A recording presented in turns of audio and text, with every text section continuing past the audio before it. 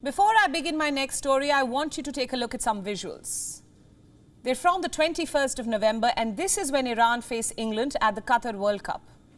Right before the match started, the Iranian players pulled off an act of courage. They refused to sing their country's anthem. 11 players standing shoulder to shoulder, sending out a message of protest, without even uttering a word, on the biggest stage in the world.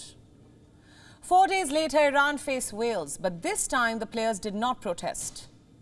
They all sang the national anthem, some with their eyes closed, others barely mumbling the words as Iranian fans cried in the stadium. Their performance might have been half-hearted, but what just happened there? How did the players go from staying silent to singing their anthem? What changed in these 4 days? The answer is a lot.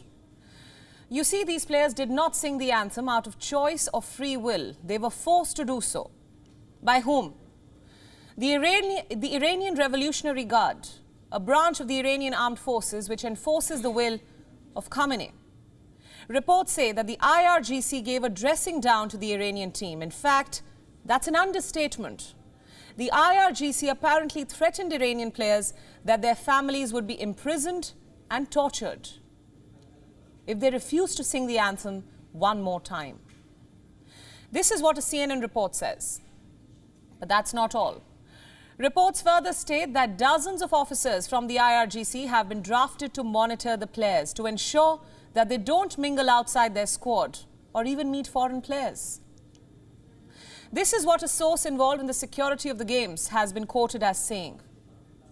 In the last game against Wales, the regime sent over hundreds of these actor supporters in order to create a false sense of support and favour amongst the fans. For the next game against the US, the regime is planning to significantly increase the number of actors into thousands.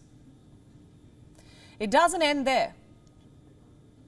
As Iran's current players face threats, its former players are being sent to prison. Look at the headline on your screen now. A top Iranian footballer has been arrested for spreading propaganda against the state. His name is Warrior Ghafouri. A former member of the Iranian team, he's not part of the squad this time. Now we know why. Because Ghafouri has been arrested. His crime? Supporting the Kurdish people. He recently expressed his support to Iranian Kurds, telling authorities in Iran to stop killing them. The authorities have responded by putting him behind bars. Now remember, in recent days, both current and former football players have lashed out at the regime's brutal crackdown. And this probably explains the drastic steps being taken by Tehran.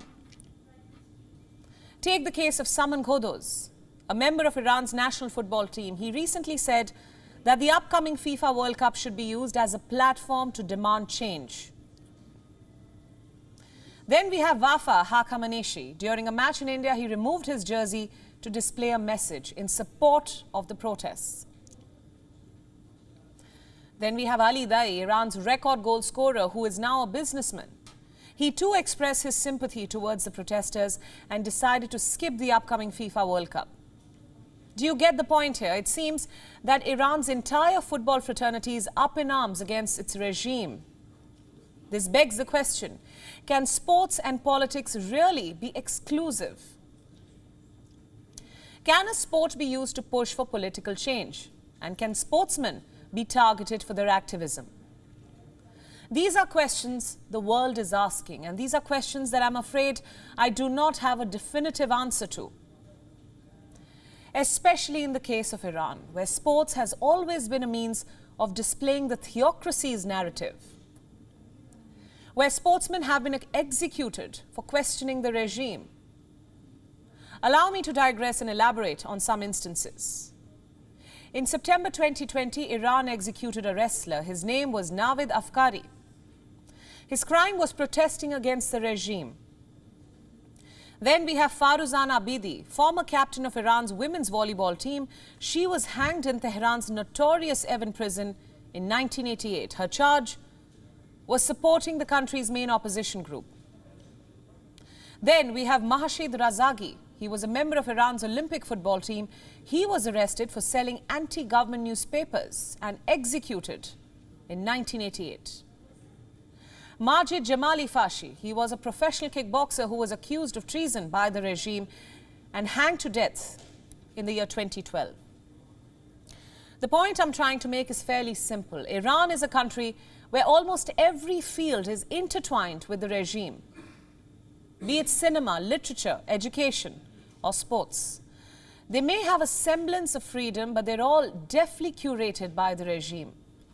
And this is why Iranian football players don't have the luxury to speak up, nor the means to oppose the regime. They just have to comply.